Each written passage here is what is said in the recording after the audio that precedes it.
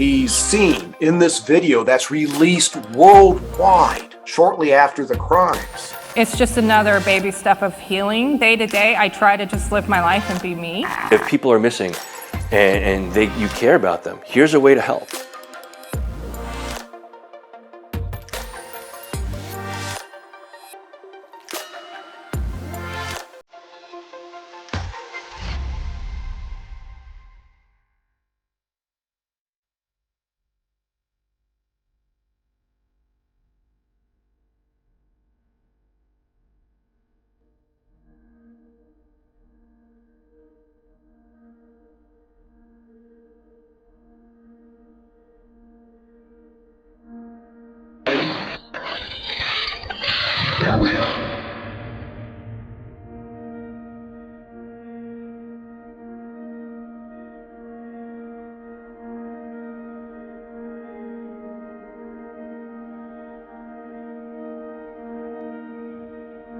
The day Casey Anthony, Jody Airy.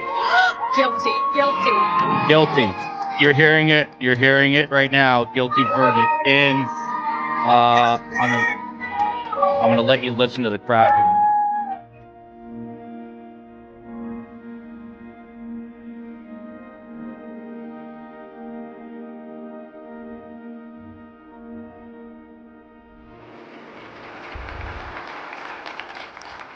Hi everyone, good to see you. And that is the goal. It's justice for Abby and Libby. And it's a turning point this year. They would have graduated from high school, cut short by that brutal murderer who cut those girls' lives short on February 13th, 2017.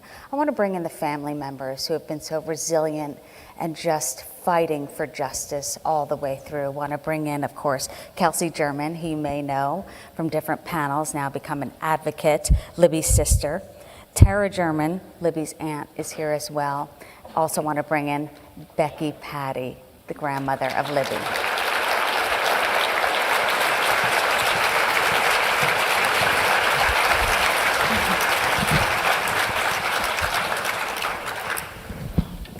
And I've gotten to know the family so well through the years, through just heartache and looking at Libby's gravesite and what should have been a year of celebratory times and just the heartbreak. And first, welcome to all of you. And we've seen each other through the last couple of days, and it's so welcoming, and you're so warm and so open and resilient to continue this fight. Kelsey, I'll start with you on this year and how difficult it's been. But if you go through your Instagram, even your first day of your senior year, you say, I miss you, I wish you were here. But all of these times are difficult in their own right. Yeah, this has been the most challenging year. Libby should have been doing all of these amazing things. She should have been graduating, starting college, getting her driver's license, like all of these things that she could have done, she should be doing, she's not. And all of these big milestones in my life that are happening that she's missing. So every single one of them, I try to remember her, and I try to make sure that I'm honoring her in the best way I can through all of my big wins and all of the wins she should have had. And Becky, we spoke yesterday. That is true. And I know that, Kelsey, that you said you feel her kind of there with you. Oh yeah, all the time. Actually, I have a tattoo that says, I can't see you, but I can feel you. And that's because in all of those moments, in every single moment that happens, whether it's good or bad, or no matter what I'm going through, she's always there, and I always feel her presence right there with me every step of the way, holding my hand, giving me a hug, just making sure, encouraging me to go on when I don't feel like I can. And just those moments that we take for granted. You said that Libby would come in your room and say, what should I wear? Does this look good? And those were cut off, those moments. Yes, she's not here anymore for that. I can't go in there and talk to her about boys. I can't tell her about Caleb. I can't tell her all the amazing things that are happening for me. And she can't be there to talk to me about all of the other things that are happening in my life and what should be happening in hers. And Kelsey has been sending me pictures, as you're seeing, and video. And Tara, there you are with Libby. We see still photographs. What was she like as a person, just in your relationship together? It's okay. I know it's your first time here at CrimeCon or even talking about this, and it's excruciating, it's tough. And this is the reality of it. The reality is it's heartbreaking. It's okay. It's okay to not be okay.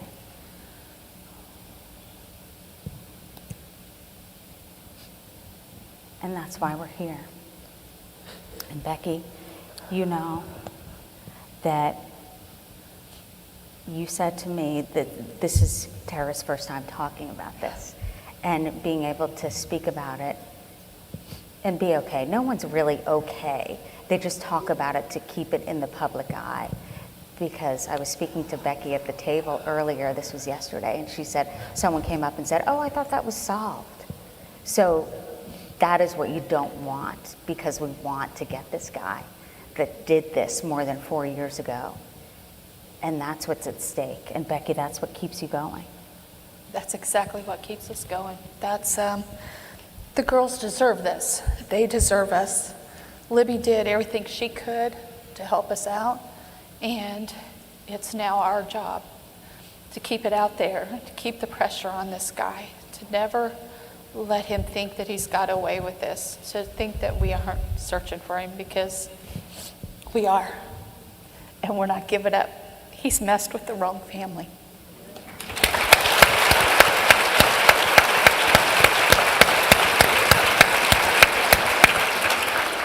And Becky, you've been to CrimeCon a couple times now, and you have a story, and maybe Tara could talk to this, on your trip here with Mike carpeting the car. If you could explain the vehicle that you had to get and why. You got to know my husband. I think a lot of them know. In New Orleans, he was on stage, and he's been talking about this, of course, and Libby's grandfather. So explain the kind of vehicle you needed. Well, we were bringing all the stuff because we're setting up a booth, and rental vehicles are hard to come by, and he didn't want me to pull a trailer, so I thought, okay, I'll get a 14-passenger van and I can put everything in there. Well, you couldn't. So I ended up getting this cargo creeper van. But it only seats 2 people. There's 2 seats. And well, we flew Kelsey down so she wouldn't have to ride with us, but then Libby's other grandma decided she wanted to go too, but we only had 2 seats, and now there's 3 of us. So I can bring in this van home, and there's no insulation, nothing inside, and this thing is just clanging and banging. And I told Mike, I said, my gosh, this thing's loud. So he says, I'll work on that. And he goes out, and we have some extra carpet when we had carpet put in the house. And he's out there the night before. He's cutting carpet to lay down in the floor. We're looking like a shaggin' wagon here. and we took a lawn chair. He took a lawn chair. And we've got snatch 'em straps. You know? We have our own seat in the back here, and he made a seat belt and everything. And one of our friends, he's a cop, happened to come by when Mike was fixing this up. And I said, if you stop me, would you give me a ticket? And he looked in there, and he shook his head, and he said, no. No, I wouldn't give you a ticket, but I would sure take some pictures. So this is what we'll do to come here to make sure we get that story out.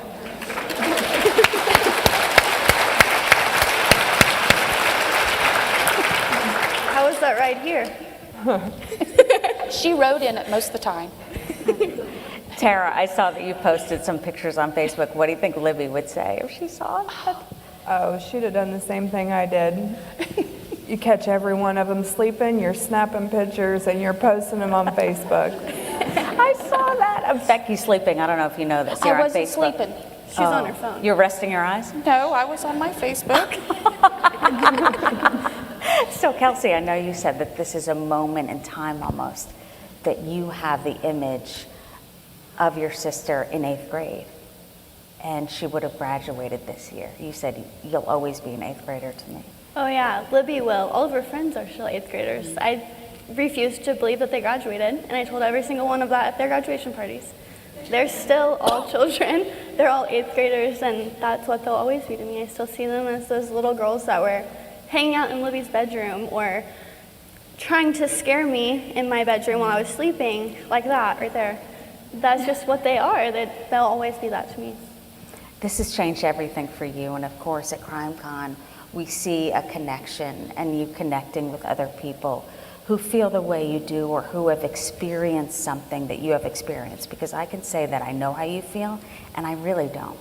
It's about the people who have gone through something just as heartbreaking to connect with you and for others to see and say, okay, if she can make it, then I can make it. Or how has she gotten through this? And if she can get through this, then I can get through what I'm going through in my life. And have you felt that through connecting at CrimeCon with various families? Oh, definitely. CrimeCon's the place where my advocacy started.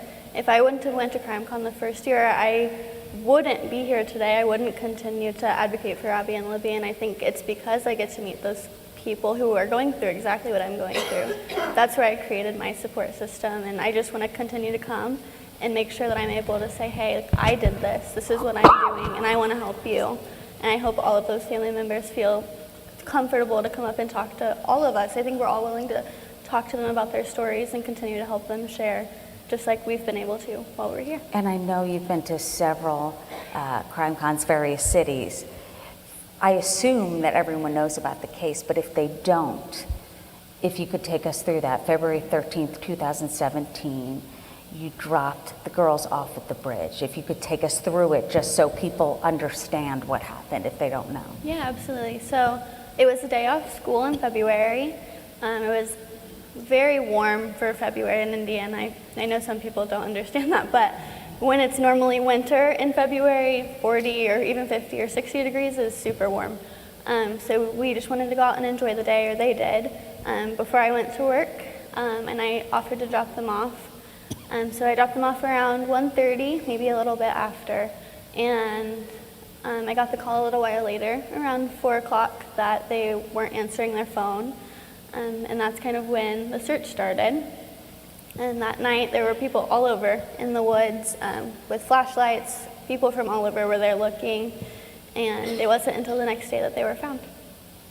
And Becky, I know when you first heard the girls aren't there where they were supposed to be for the pickup, were you immediately panicked, or how did that day go for those who don't know about what happened in those 2 days in 2017?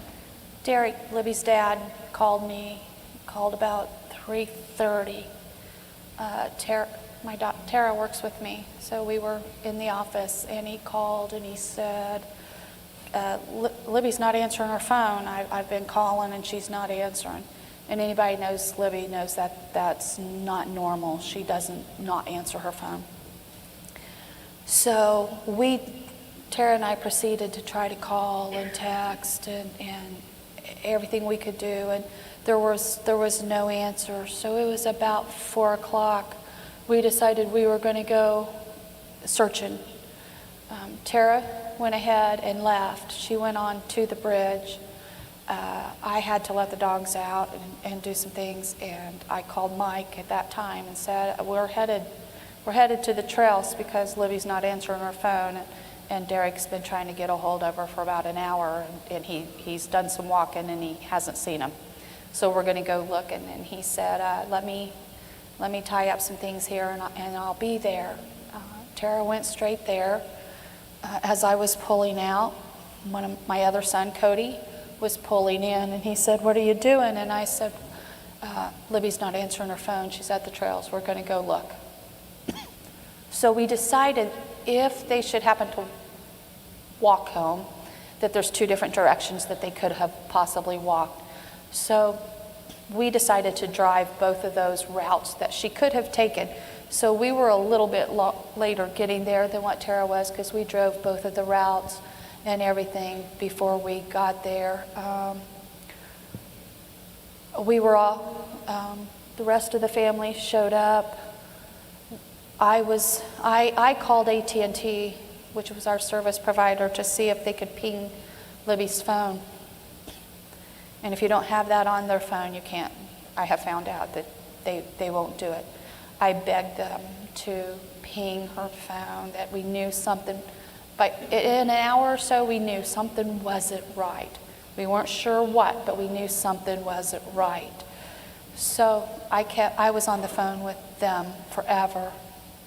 And finally, I got off the phone, and Mike come walking up to me. And by this time, it was about 20 after 5, and it was going to start getting dark soon.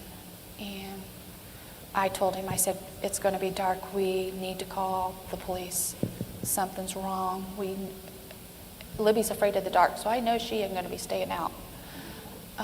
So we called the police, and I had been trying to get a hold of Anna. So we called the police, and I told Mike that I was going to go to Anna's house to try to get a hold of her, because I couldn't get a hold of her on the phone. So I went to her house, and her grandfather told me that she was at work. And so I was driving over to work when she called me. They had us then at that time go up to the police station. But we posted on Facebook, has anybody seen Abby or Libby? Please call us. The typical things that people do when they've got a missing child. And it was amazing, because that night when we did finally leave the police station, we drove out there, and there were flashlights everywhere you went. The community, people came from all around, even on that night, to look for the girls. They had us go home at that time and pick up all devices, all electronic devices that Libby may have been on. They started searching devices at that point in time. And it was about midnight that they called me to the back room, and there was a group of them. I remember the room being full. And they said, we have to call the search off for the night. It's too dangerous out there in the dark to continue. We'll start again first daybreak when it gets light. And I knew the temperature had dropped. It dropped a lot. And the girls were just in t-shirts and a light jacket. And I asked him, I said, it's going to get down to freezing. Will the girls be able to survive the night? And they said they've got youth on their side. So we went out and drove around and searched some more. And finally, Mike told me that he was going to take me home. He needed somebody there in case somebody needed to call us, or if Libby showed up, or if something, that we needed somebody there. So I went home to wait to see at that point in time. But even after they stopped the search, much of the community said no. Mm-hmm. So they reconvened at the fire department, and a lot of the civilians and fire department and some of the police even at that went back out and searched that night. There was people out there all night. And the next day, when did you find out that it was not the news, obviously, that anyone wanted to hear? Do what? When did you find out that it wasn't the news that everyone wanted to hear the next day when you found out the girls had been murdered? They had us all broke up into different search groups. So our family got separated. Kelsey was in one search group. Mike was in another search group. Derek was in another. I think my dad was with me. Huh? Dad was with me. Was he? Tara and I were in a search group. They had us out by our house. We were out doing this field out in the middle of out nowhere. And it was muddy. It was terrible. But we were walking back, and it was probably about 11:30. And one of our friends come running up and said her husband called her, and that they found the girls. So we were so excited. We didn't think to ask anything else. They were found. So we jumped in our cars, and we got there. We got to the trailhead, and I went running up, and I'm like, where are they? Where are they? They need us. Libby needs me. And one of the firefighters was there, and he said, they haven't found him. And I said, oh, yeah. Yeah, I got a call. They found him. And he said, no. And I remember looking over, and my sister was sitting. She was sitting on a cart. And she was crying. And I went running over there and I said, they found him, they found him, they found him. And all she could do was sit there and cry, and she kept saying, I'm sorry, I'm sorry.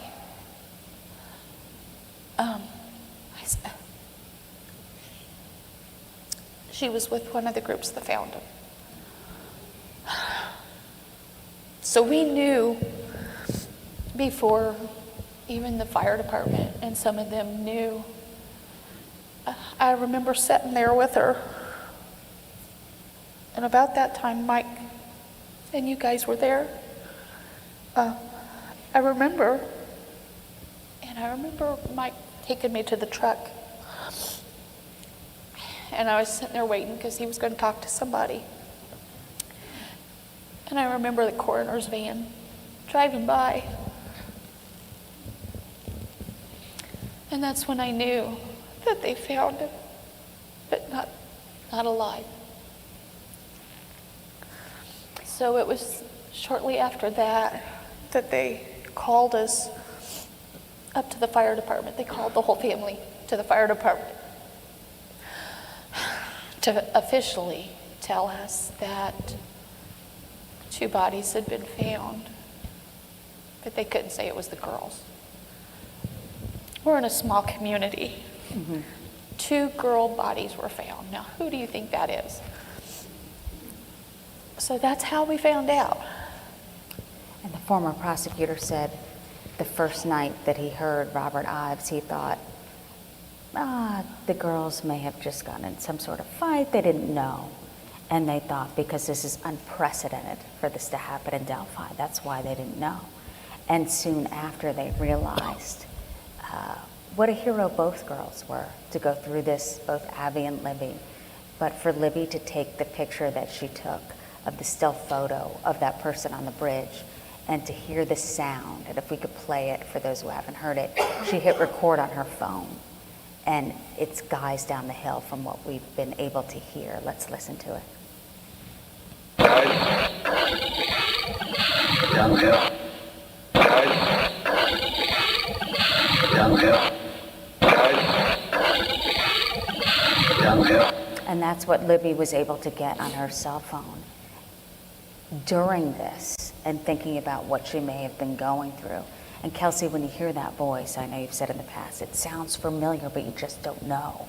Even though you think, who is this? This has to be solved.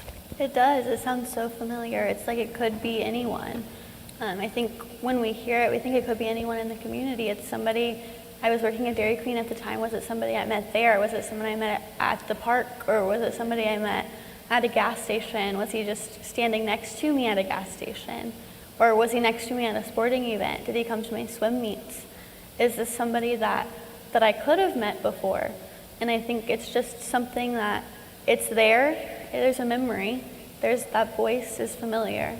But where's it coming from? Why am I remembering it? And that is the question, and the investigation, as you know, has been quote unquote tight-lipped, meaning we don't want to give too much information away because only the killer would know this information.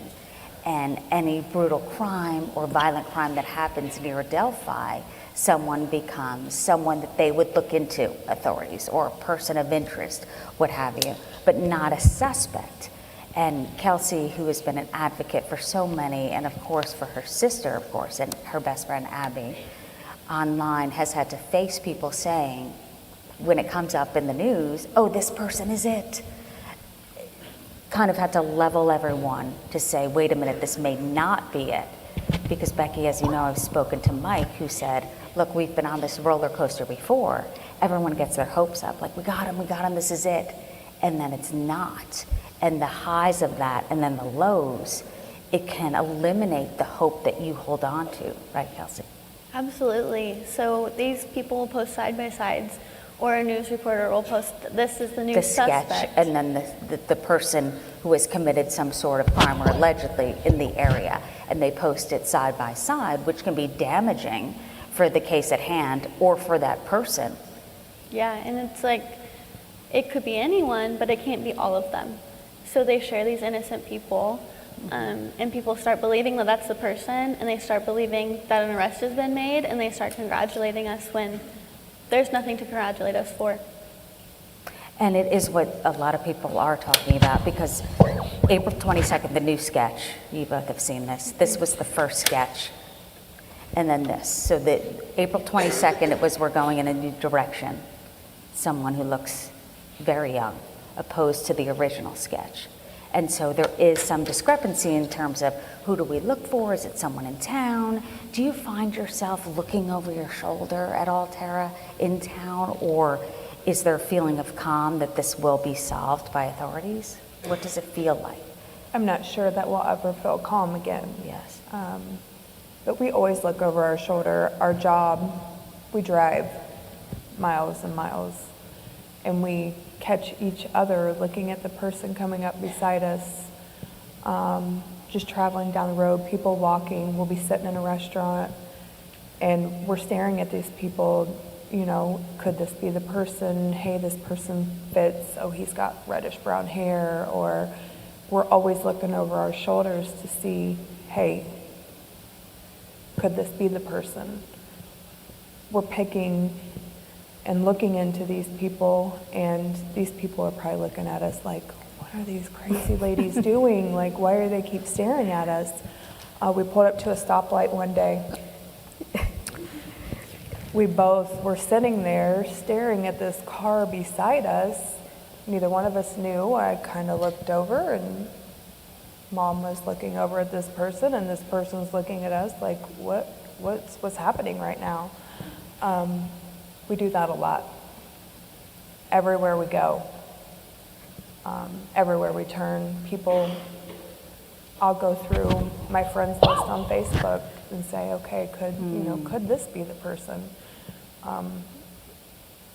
Your trust in anybody really has gone out the door. It could be anybody. And Becky, I say when, not if. When this person is caught, what are you expecting to feel or hoping to feel? Will there be, I know there's no such thing as closure, a peace, a sense of, I guess, justice? Somebody asked me today what justice meant. The only way there could be justice is if our girls were back. Mm-hmm. There will be peace, not peace.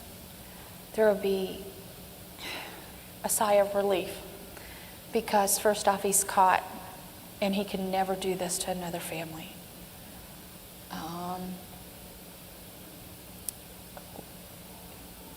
I will feel better that this guy is behind bars,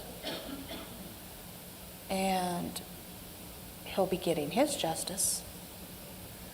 I want this guy in general population.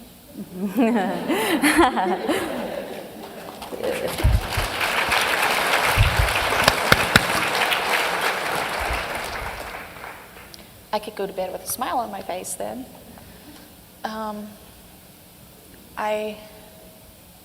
I don't know. I guess you won't know till the time comes. You said to me yesterday, I said, how do you not live in anger or just have this unjust feel that most of us would imagine we would feel? And you said, well, then that would mean he would win. He would win.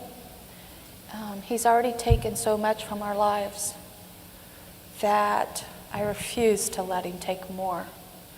You know, he took Libby from us physically, but he didn't take her from us. We had our own graduation. We still celebrate everything with Libby. A lot of times when we're talking, people wouldn't even know that she's gone, we just include, we do things, we try to make sure we do things on vacation that she would have liked to do. Just like last night, I rode a scooter.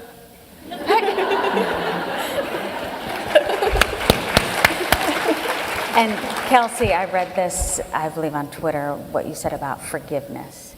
And I'd like you to read it if you don't mind. It's about forgiving that person without saying it's okay. I haven't said this out loud. Oh my goodness. I forgive him, but that doesn't make it okay, or that I don't want justice, or make me any less angry. It means I have peace. If I wouldn't have forgave, I wouldn't be here, and he would have won. I'll never let him win. It took a lot of prayer, a ton of writing and therapy, and a lot of tears, but I have peace.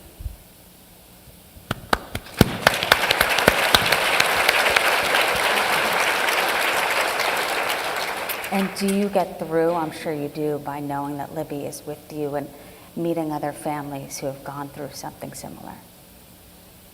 Do they have peace? Was it difficult getting to that point? It was so difficult. I remember the first 2 years, I didn't want to be here anymore. I didn't want to keep going or pushing. I didn't want to fight for her. But I remember talking to one of my friends and them saying, you have to keep doing it because that's what she would want.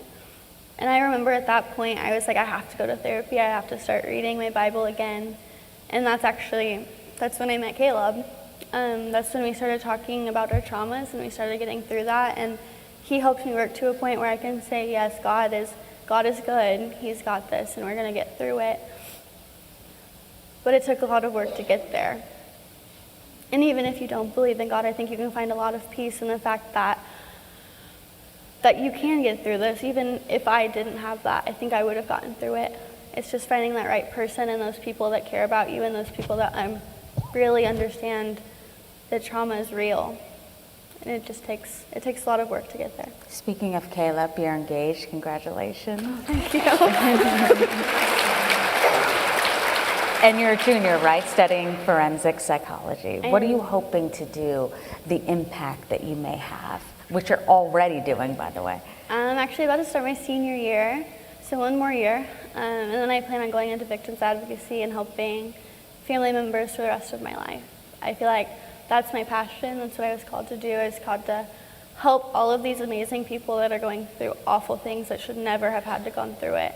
And it's so important that they have that person that knows what they're going through and really knows, not just the people that are like, oh, I understand, I'm sorry, I can be here for you. No, this is a real person that's really been there and has real emotions and knows that you're going to go through some of those same emotions, maybe differently, but somebody who really understands that is so important to be in your life. And Tara, that's so true, and I know it's your first time at CrimeCon, but there's people who say, oh, I understand, and then there's people who really understand, who've gone through something similar. Have you found that or met people here?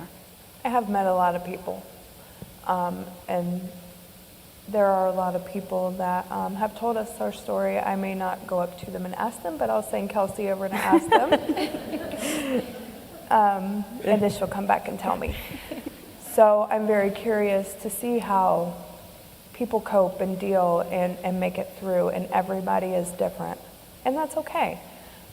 We learn that there's different ways to cope. Of grieving and of getting through. And we're still learning. If you get through. Right. And we're still learning.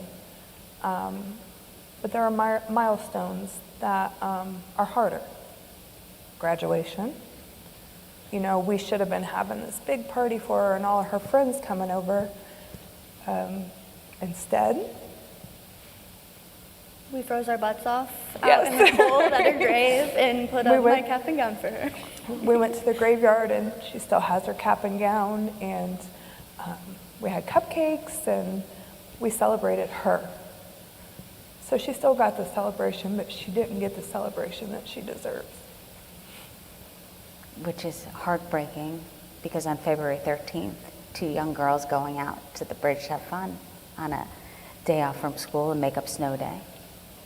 No one would ever have predicted broad daylight. I mean, broad daylight. Who was this? Was it planned? So many questions that investigators are holding tight, that they do know, some they don't know. I did reach out to a detective that Kelsey is close with, and he said, his statement to me was, I just want to say to the family, just how great it is that they're continuing the fight. And you're in contact with detectives, right, Kelsey, on a daily basis. If you want to call, they answer, and vice versa. I have 3 of them that I can contact anytime of day. Actually, Super Bowl Sunday, I messaged one of them and I was like, this guy is everywhere, I need to talk about him. And I just texted him and I'm like, this is what's out there and I want to make sure you have it.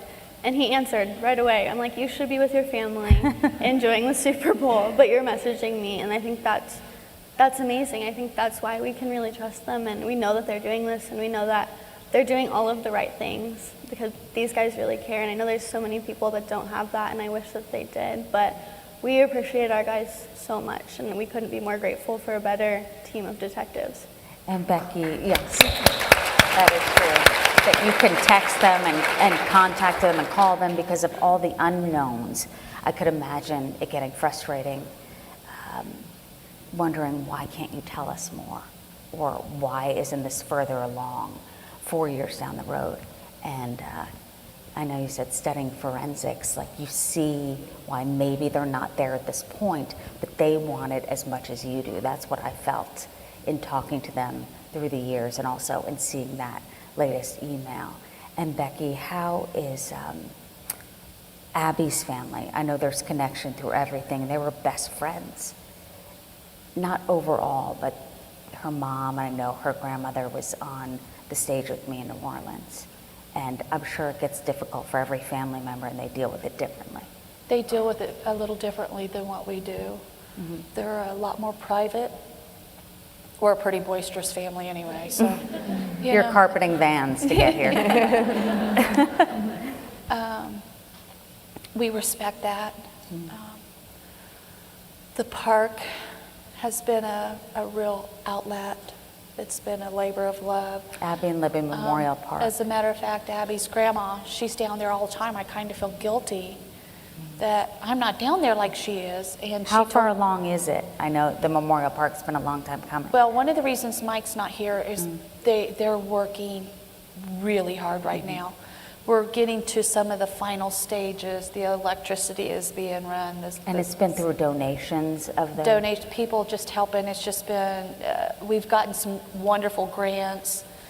And this park started out to be a set of bleachers. And now we have a 19-acre complex. So wow. It's and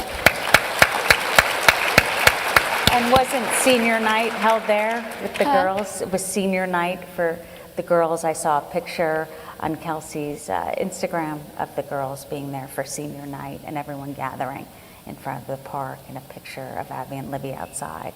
Was that the Memorial Park? No, that was actually at Delphi High School. They had their last game. And they honored them during their senior night there. Are you hoping that everyone gathers at the Memorial Park? I see that happening for yes. the kids That's who are one of the able to reasons gather. of the push right now, because this would have been Libby's last year playing rec softball. She'd be 18U. And so all of her teammates and all of them, this is their last year. So we're trying very, very hard, because in July there's an Abby Libby Memorial softball tournament that has become huge. And it's not done at our town because we don't have anything that could do that. It's in Lafayette. But our goal is for the championship games for those girls to be played at our park.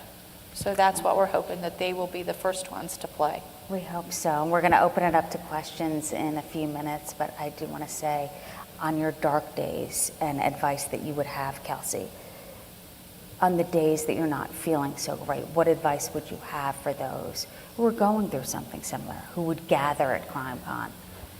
Remember the good memories. Write about it, read about it, and never stop trying to get to that point where you know that you need to keep going for them. And hopefully as you keep going for them, you'll be able to keep going for yourself as well. Kelsey, Tara, and Becky, you've inspired me.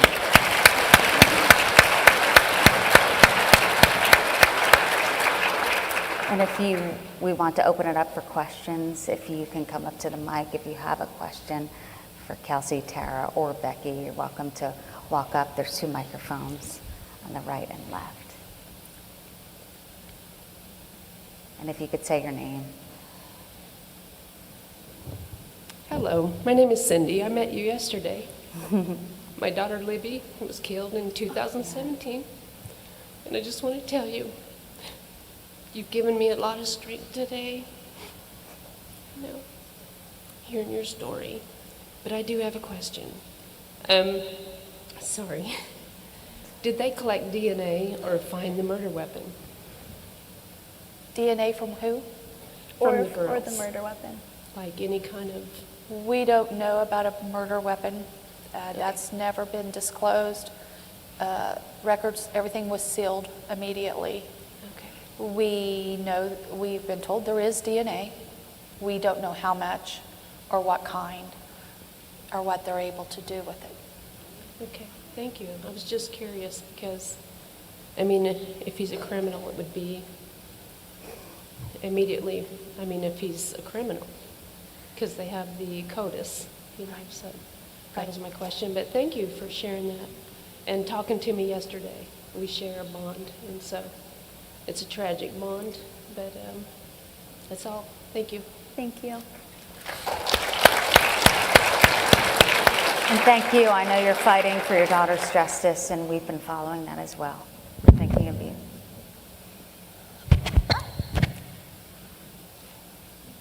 I'm also Cindy, but we didn't plan that. So many of us have so many questions about more evidence and more video and more pictures and things like that that we know the police are holding for a good reason.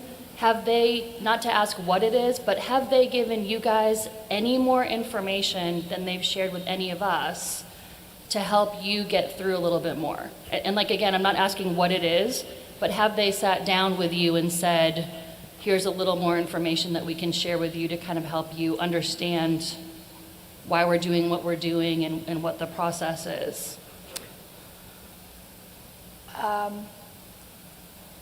We do have a little more information than what the public does. Most of what they have told us, they've asked us not to share. And not a lot, not a lot more. You know, we got to hear a little more of the video than what they have out there.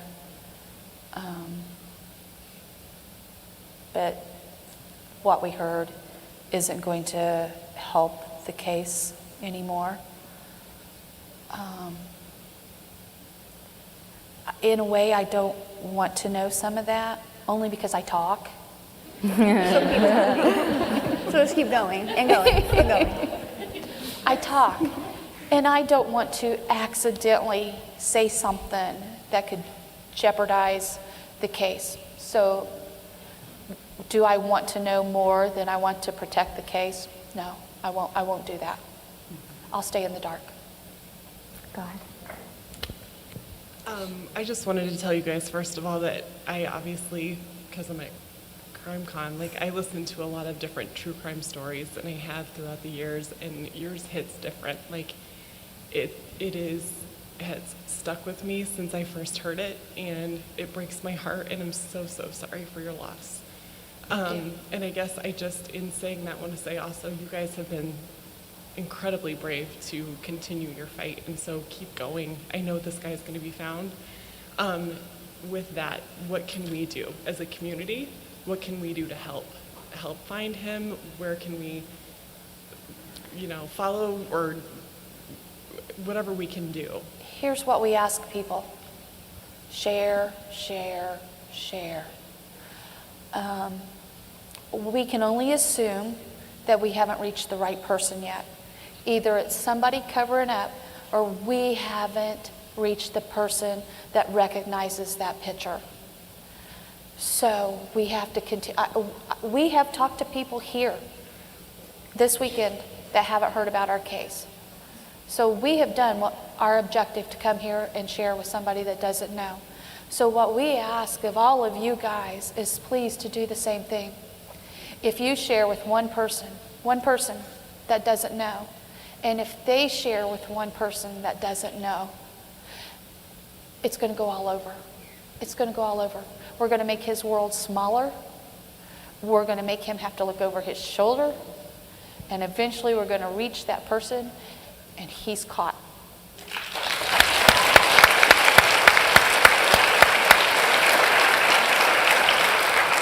And our HLN podcast that we've done, Down the Hill, the Delphi Murders, is so popular, for lack of a better word, meaning people are diving into this case and want to know what to do. So that's great advice to say, share. Because I assume because of that everyone knows about it. But when you said that some people don't even know about the case, and then some people think, oh, wasn't that solved? No, it wasn't, just because a picture may have been, as Kelsey mentioned, side by side, the sketch, and then maybe a mugshot of someone who did something terrible nearby. It's not solved. That's the other thing. That's the other thing. Because we feel like we're back to square one because there was a local guy that was arrested recently. I'm not even going to say his name. But anyway, you would not believe the people, the messages, the whatever, that said, oh, the case is solved, the case is solved. Here's what we want people to do. Until you hear from law enforcement, and trust me, they'll have a press conference. Until you hear from them that he's been caught, know that he has not been caught, and continue sharing no matter what the rumors, no matter what you hear. Until you hear from law enforcement, keep sharing. Go ahead. My name's Cindy, too. Wait, is this something CrimeCon 2020? All Cindy's. Yes, and Kelsey, I just want to tell you that you are just so clear-headed and so able to express things so well. I just know you're going to do great things for others, and I appreciate that. Thank you. I feel like this is solvable, and I mean, who knows when, but one of the things that was so chilling to me was when they first had the press conference and this officer stands up and says, I think you're hiding in plain sight. You may be in this room. It made the hair on my back just, ugh. So what did that do to you? I mean, it's a small area, a small town. We were together in the press conference, April 22nd, 2019. I'll never forget it. And I walked in, and Becky and I saw each other, and Becky said, I'm nervous. I said, I am too.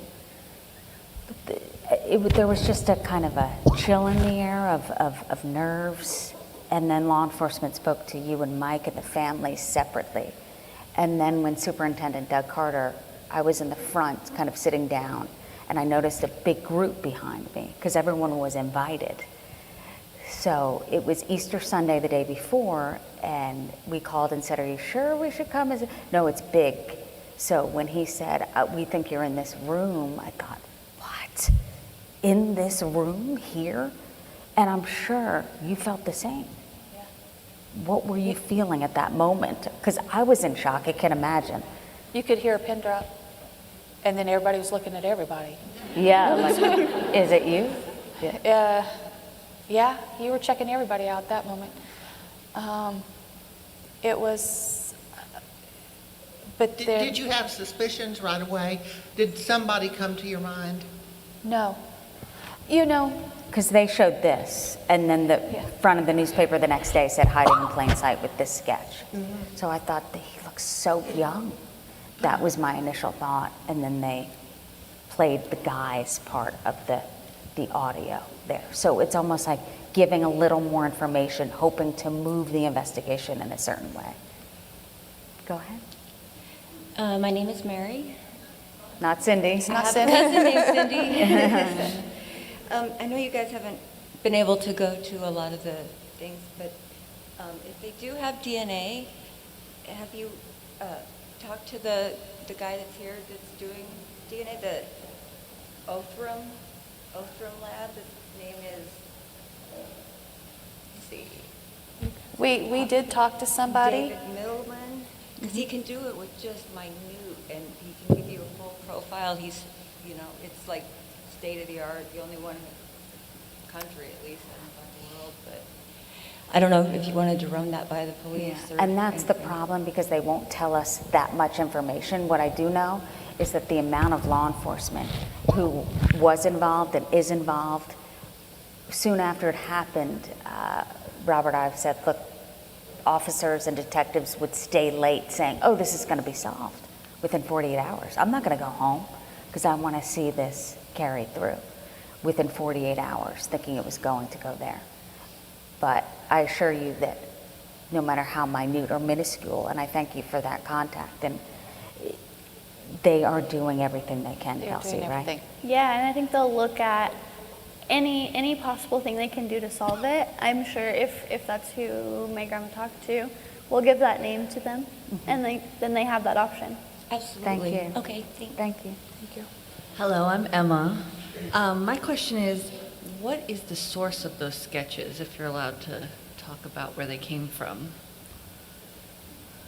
Witnesses. There were some people out there that at different points did see him. They did see people, maybe not the crime, but somebody entering or leaving the area that looks like Because the man again, in the Libby's middle video. of the day, a day out from school, the middle of the day, that this person was able to isolate those two girls and get away with this in the middle of the day. Thank you.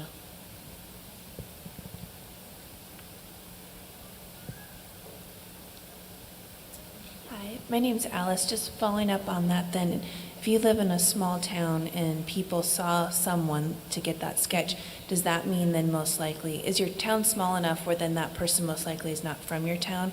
If people from the town saw him and didn't know, like, hey, that's so-and-so. Not necessarily.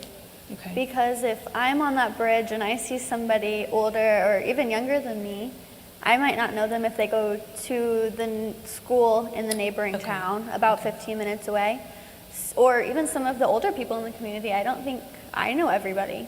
It's but small, a lot of people but not know everyone knows everyone by name and face. Yes. We might know their name, but maybe not their face. Thank you.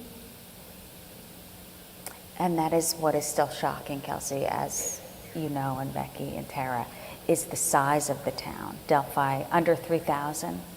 And if you cut that in half and it's male and female, everyone thinks, oh, this is easy to solve. Why hasn't this been solved? But as you see and you hear at CrimeCon, sometimes it takes years. And then all of a sudden, you get a hit. Does that get you through thinking of that day? That it may happen? It doesn't mean that all hope is lost because it hasn't been solved at this point. Oh yeah. After the conference, I thought, yeah, we're going to get this. Mm-hmm. But we haven't. But every day, you have to get up and you have to have hope. You have to think, we might get, every day, when I get up, I think we might get that call today. You know, we're just waiting. You guys will hear us when they do.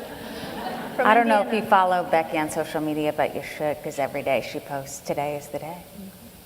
Does that help you?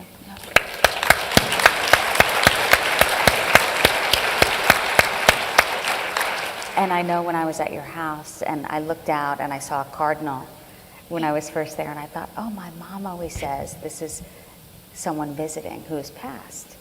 And I went to say that to Becky, and she said to me, I believe that that's Libby.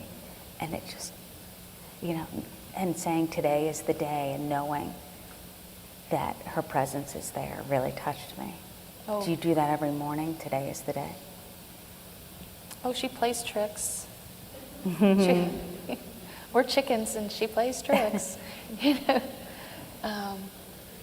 Yeah, when there's been times when I would be having an especially rough day, and I look out the window, and right there, right on this little bush, right outside the window, is this cardinal, and it sat there forever. I took pictures and I posted them, and so I think she comes. She knows when we need her. And we hope that one day, we know that today will be the day. And I thank you all again for your resilience and drive to get this guy.